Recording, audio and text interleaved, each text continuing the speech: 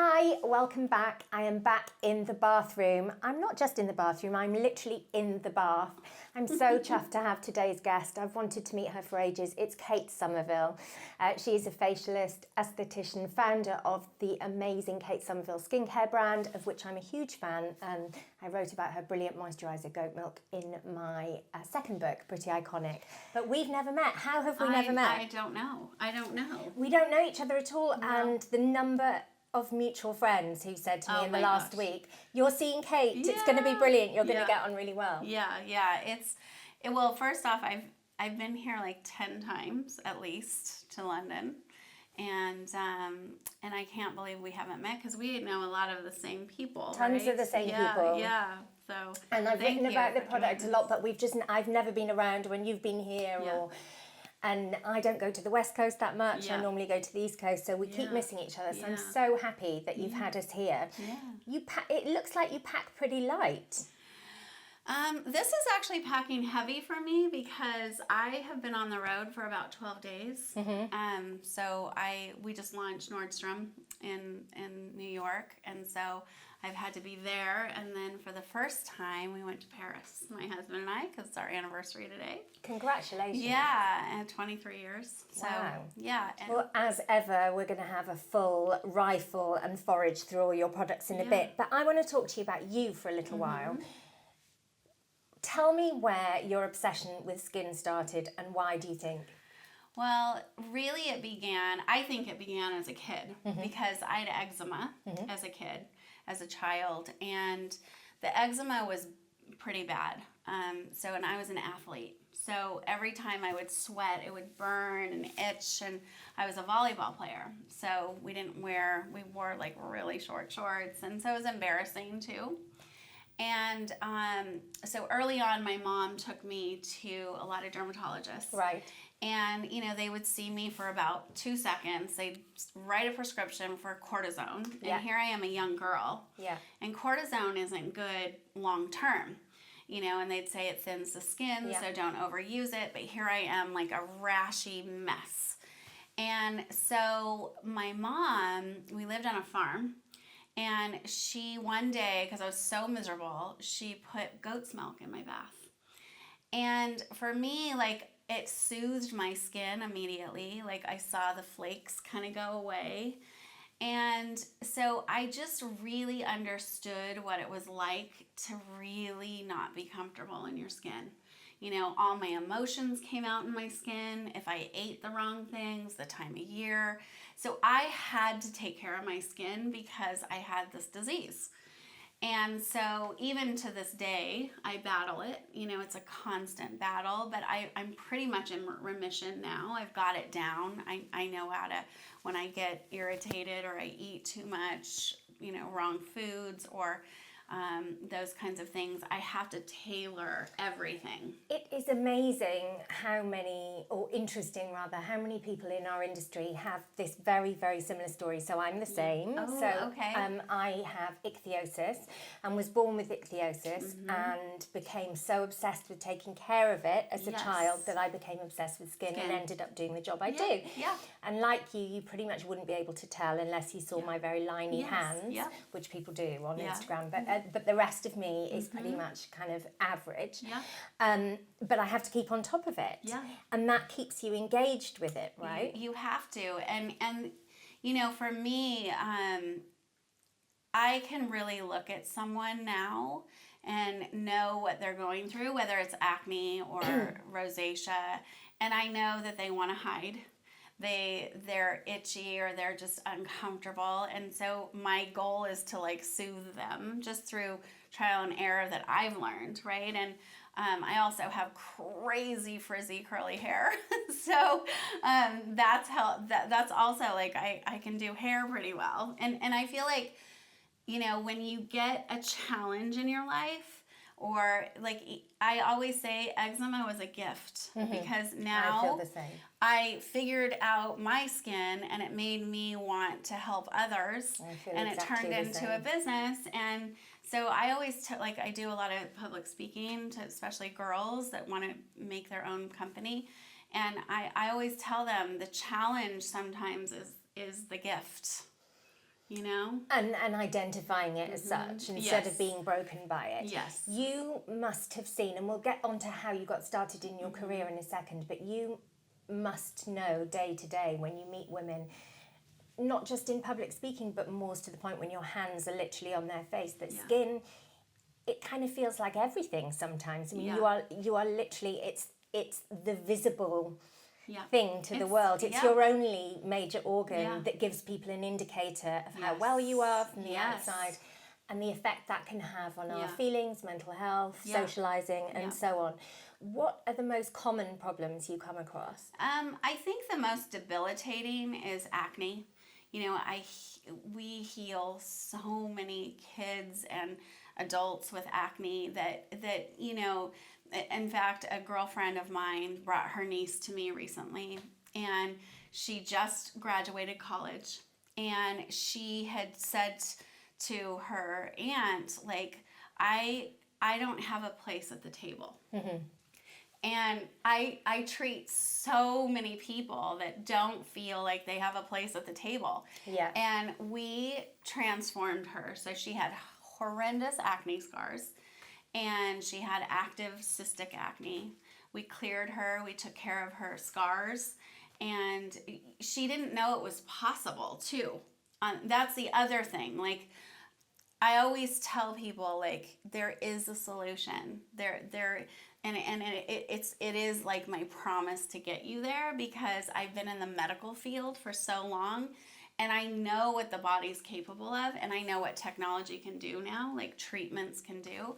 And she's a different person. Like, she has a place at the table, and we've just healed so many people like that, and too, like, women that don't feel like themselves. Like, I'm 50 now, and I didn't relate to my older clientele, but now I do. It's like, oh, everything's melting. Who is that? You know? So, like, any little tweaks I can do to give confidence back is like, that's the true gift. So take me back to how you made the move from being personally obsessed with skin, personally obsessed with taking care of your own skin, to deciding, actually, maybe this is a job. I can pay bills doing this. So I moved to a small little town in the coast of California. And I wanted a career. So I went to school for design, like interior design. And that wasn't going to happen where I was. It was too small. And I had a friend that was a dermatologist.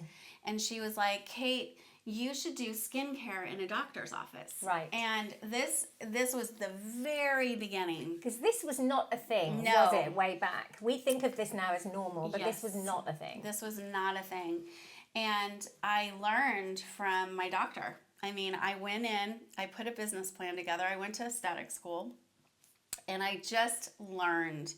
And I got so lucky. I ended up with a plastic surgeon and a dermatologist. And they just taught me. They taught me deep peels. They taught me injectables. They taught me laser. And at that time in California, I was able to be under their umbrella. Yeah. So I got to do it. And then about 3 years into my career, lasers came on the scene. And the lasers back then were really deep. Yeah. So 3rd-degree burns. Yeah. And I couldn't put normal products on their skin. They would just inflame. And I could relate to that.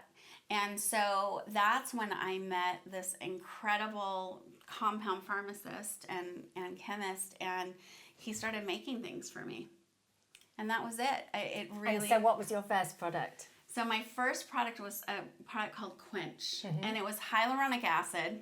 And it was before hyaluronic acid was ever known about. And I was like, this is the holy grail, because hydration can just transform, right? 100%. And everyone as well, regardless of skin type. Or age. Yeah. Or age. We all need hydration. Yeah. So that was my first product, Quench. And then it grew. Then it was Exfoliate. Then it was Nourish. So, yeah, it just grew from there. I think, the fact that you've made hydration such an important part of your brand is really interesting in terms of the history of the beauty industry. When I first started out, I remember just writing so often about my frustration that brands conflated dehydration and dryness. Yeah. That they would say you're dehydrated, so Yeah. here's a load of oil. Yeah. You're oily, so you don't Oily, need no. you don't need the hydration. Yeah.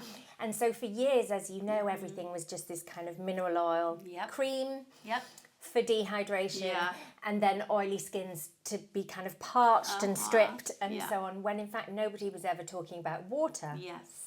and that's something that all Yeah. of us need. So this, I'm so glad you're bringing this up, because this is something that's unique to my brand. And so I came up with, kind of the puzzle to my madness, at least in my clinic. So I believe in the 5 daily do's. Okay, so for me, it's cleanse, exfoliate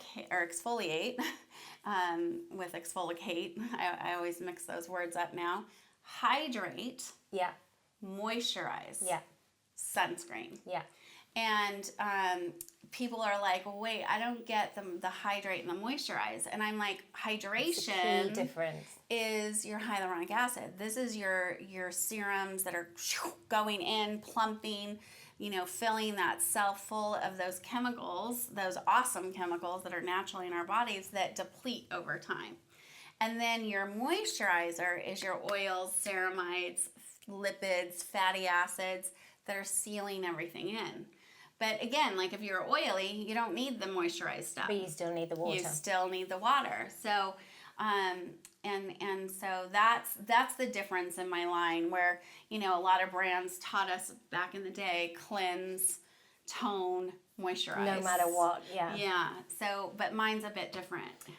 Can you remember, well, I'm sure you do, who did you sell into first? So presumably first you were selling to clients, to your direct clients. So when I started Kate Somerville, I had left a very prominent doctor. Yeah. And I was doing treatments inside of homes because he had a media problem. The paparazzi started sitting outside his door. And so I started going to their homes and quickly realized in LA, you can't do that. And so I decided, okay, I'm going to open my own with, and at that time I had to get nurses, and I hired a physician, and we started Kate Somerville in Melrose Place. And at that point, I had about 7 SKUs that were mainstays of my brand.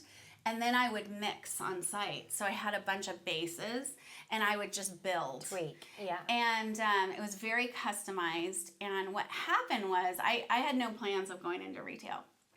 And what happened was, all the starlets at that time, it was like Paris Hilton and Nikki and Nicole Richie and Lindsay Lohan, and It was that era of Grey's it girls. Anatomy, and Will and Grace, like that. All the shows too were coming to the clinic, and they started talking about their beauty secrets, and they'd say Kate Somerville in the press.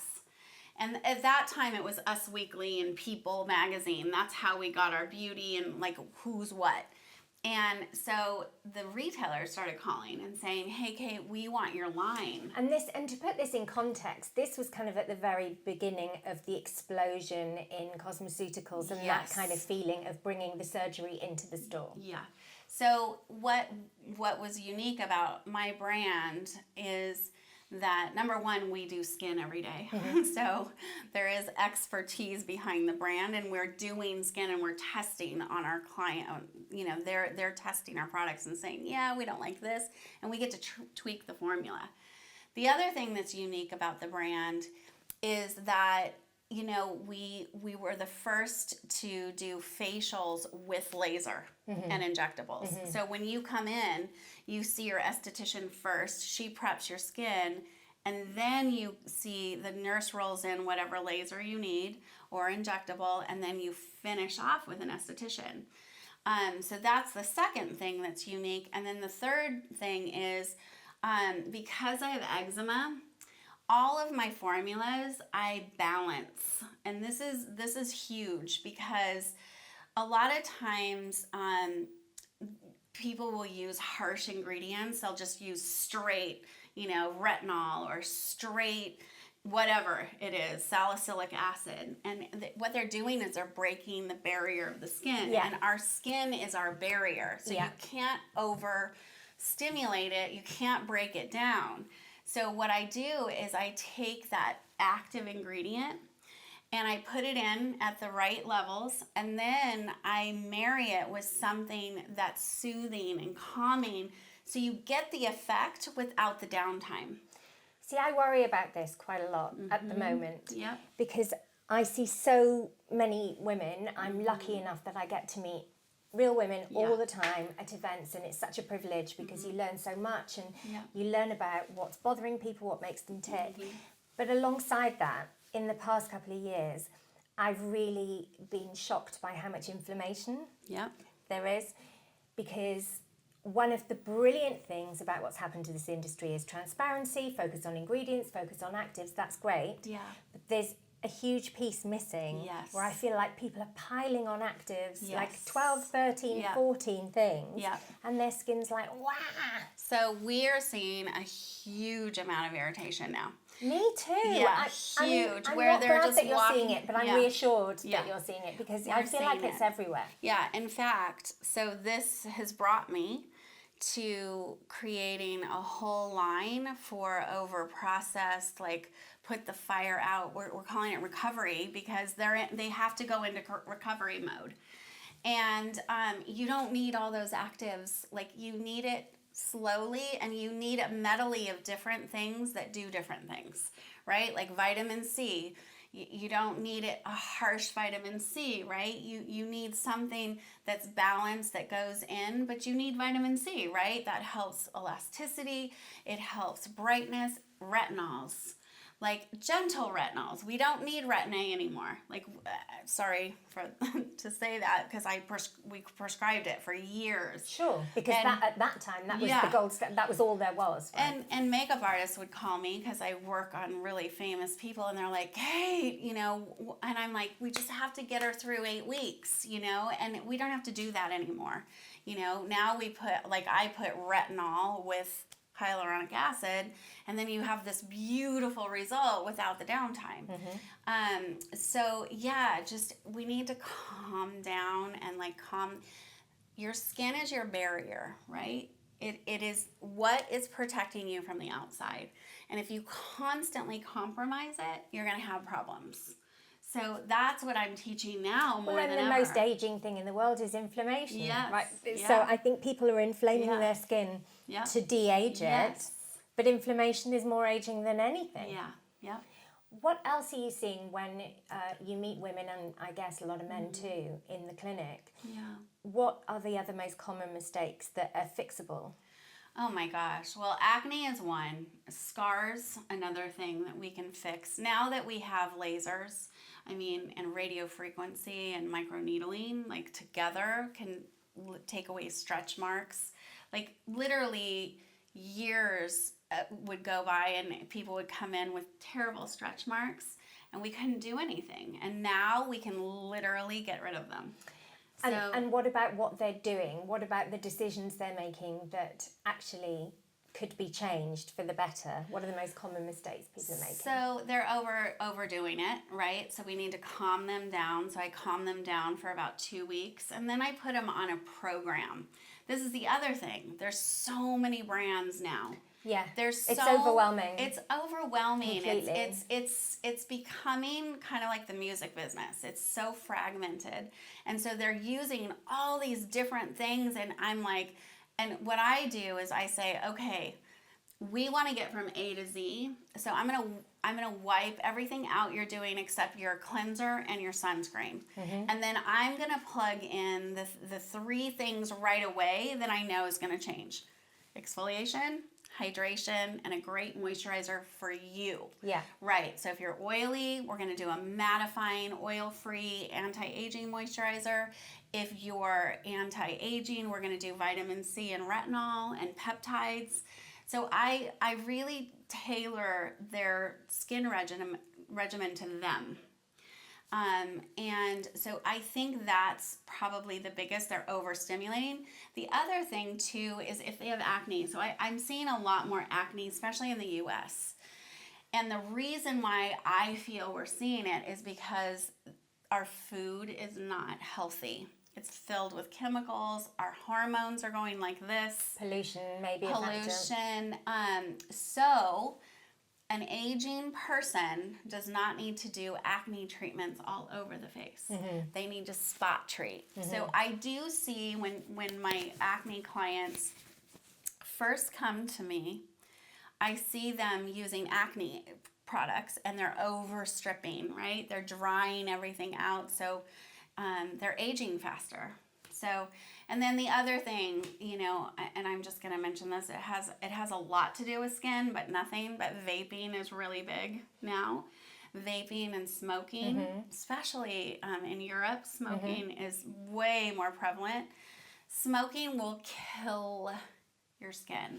And you're seeing the same with vaping? Same with vaping. Like you can see they're like gray kind of, because what nicotine does is it constricts blood vessels. Sure. So you're not getting the food, okay, because the blood is food to the skin, and so the skin is the first thing to go. And then coffee. So coffee is extremely acidic. I've just ordered a coffee. I know, and I love coffee, but there's a way to negate coffee. And what it is, it's simple. It's lemon water.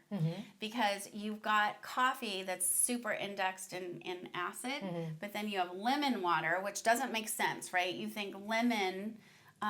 you think acid overdose. It's alkaline. So if you drink a big glass of lemon water before your coffee, you're negating it. And so the reason why I know a lot about this is there's two reasons. I have eczema.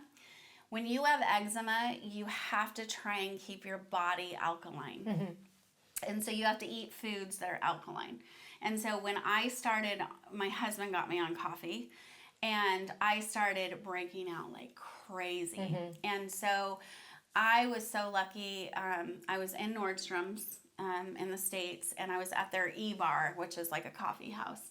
And it was this little package in the E-Bar, and it's called the Toddy.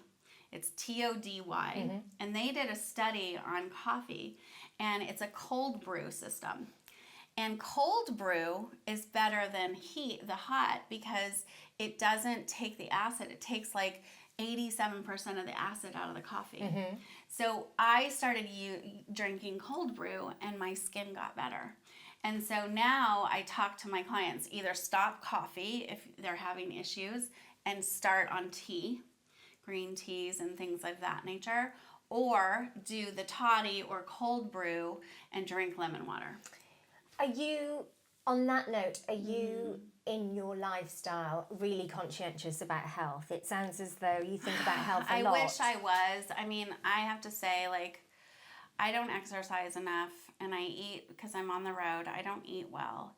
But I do try and keep my body, because my body tells me when I'm acidic. Like, you know, like we just got back from France and we ate so much bread. And for me... It is the best, though. The bread in France is amazing. And my husband and I were both like, okay, we've gained 10 pounds since we've been here, but we're in France. But what wheat does for me is not good.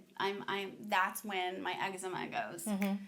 So I'm conscientious of that, but I probably need to take better care of myself. I hate to say it, but I need to exercise more and drink more water and take time for myself, because... I mean, I'm a vegetarian, so in France, literally all I can eat is bread.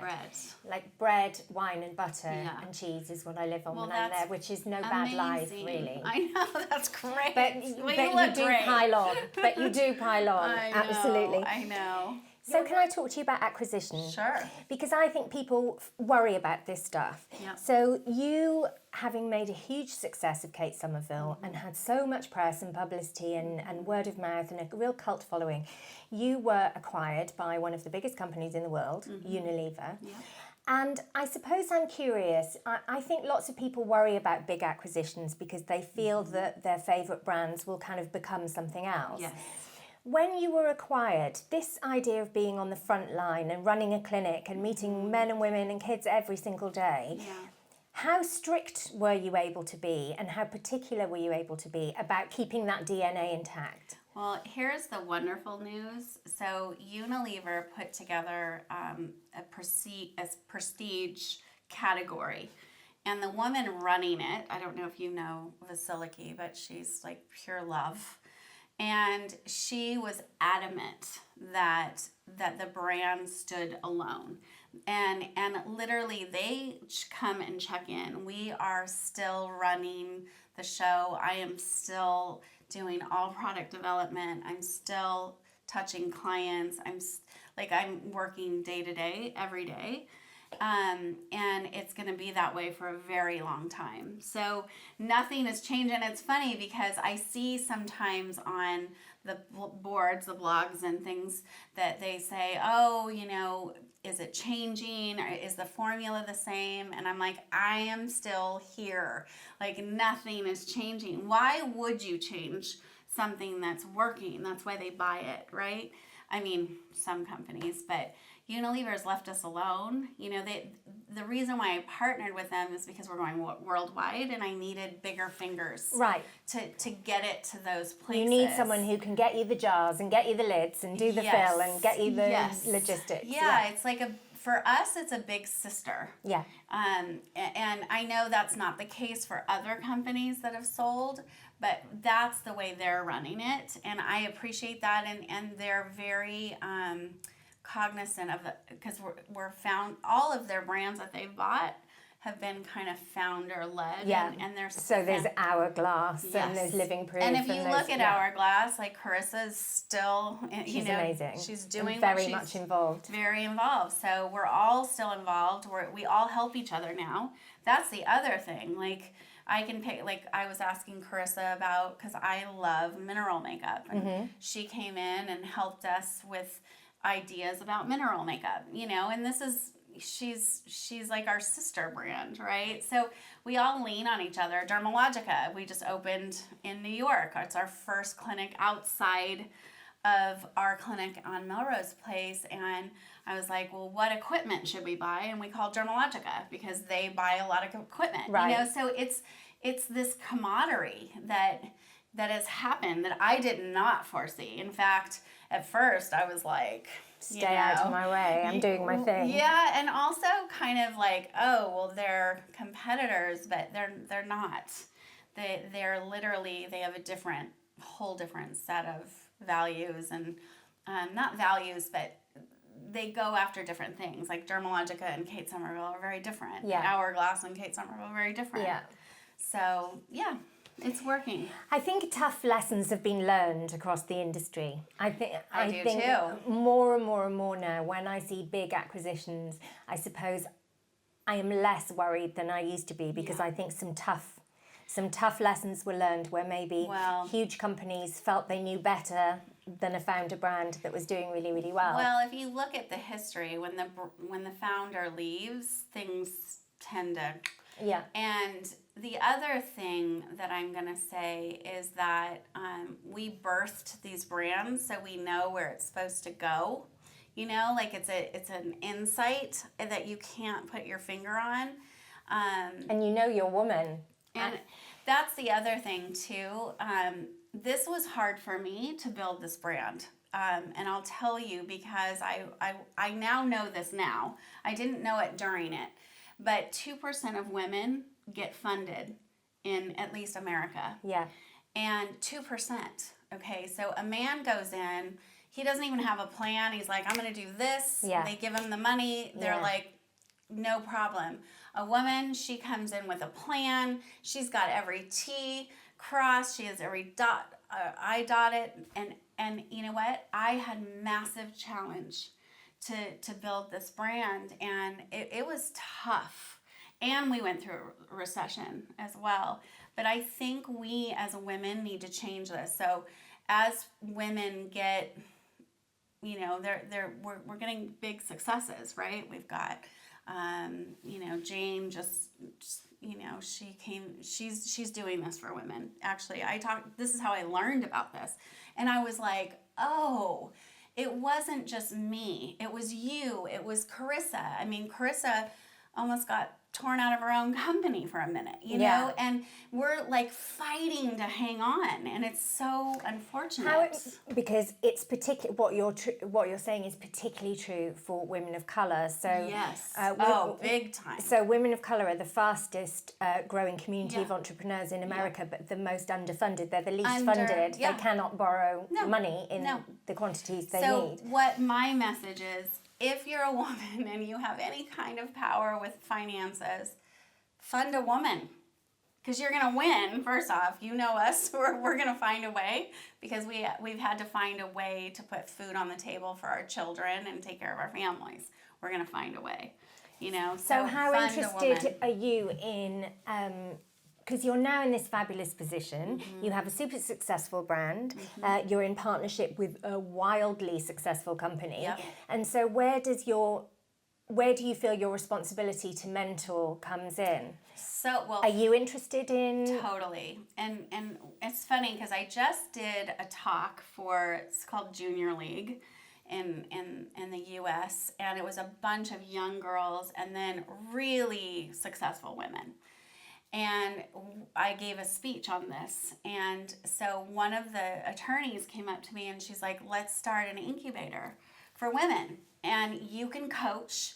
And my cousin, she raises money for politicians. And she's like, I know how to raise money. And I said, let's do it, you know? And so there's this spark happening naturally. I did not ask for it, but I know the challenges I had. I know the heartaches I've had, you know, and I also have steered a lot of founders that have done very well. And you guys know who you are, but I've steered you away from some of the sharks that I encountered. And so I want to just give that to them because the heartache was tough, you know? So I would love to do that. And really also as an esthetician, I was able to build a business on my own, and my husband, he got to stay home, not got to, because that's a harder job than mine, but with my son. And I got to put food on the table, and you know, that is so empowering. And it's funny, I was with the head of Glamour magazine, and they did this whole story. And it's funny because she's from here, so she's got this. I don't know. She's just funny. She's kind of like Caroline Herron's, like she's just outspoken. And she's like, I want to do an article on getting women, because a lot of women are stuck. Yeah. They're either stuck with a man or stuck with a job that they don't love. And they're not doing their passion because they have to put food on the table because they have kids, or Sure. they, you know, they need to live. And so she was getting these financial people to help women start a Fuck You Fund. Yeah. And it was called Fuck You Fund. And I love that. I mean, I love it already. Yeah. Yeah. Yeah. And it teaches women how to put a little bit money away. So if they do get in a bad situation, they can say, F you, I'm getting out. So it's what my grandmother used to call a running away fund. There it so is. if you ever have to just like pick up your keys in a bag and get the hell away Out. from a man, Yes. you have enough money to To get do you on it. the road Yeah. and to set yourself up. I love that. Yeah, and it's funny because I grew up pretty crazy. So my mom, unfortunately, became an alcoholic, and she died homeless. And my dad remarried, and so I left at 15. And so I really had to kind of find my way, and I had this mentor, and her name was Barbara Wells, and she was passing from cancer. She had cancer for 12 years, but she just took me in, and she told me, she's like, first off, Kate, you have a choice. You have a choice to either have a chaotic life or you have a choice to have a beautiful life, and you choose, which when you grow up so crazy, you don't know you have a choice. Yeah. So she taught me that, but she also taught me, because while she had cancer, she had 3 kids, and one of them was schizophrenic. So she really had to be there, and this sounds crazy, but she couldn't die. And she lasted for 12 years with horrendous cancer. She had shit to do. She had to keep her kids, and as soon as her kids were okay, she let go. But she told me, she's like, never rely on a man, because her husband left her while she was in chemotherapy with a younger woman. And she always ingrained that in me. And too, growing up so crazy too, I didn't want people to have control over me. So I think it was a combination of that I'm like... Kate, I'm going to interrupt you because this is definitely going to be a two-parter. Join us next time where we'll talk more to Kate Somerville and also look at all her beauty booty. See you next time. Bye.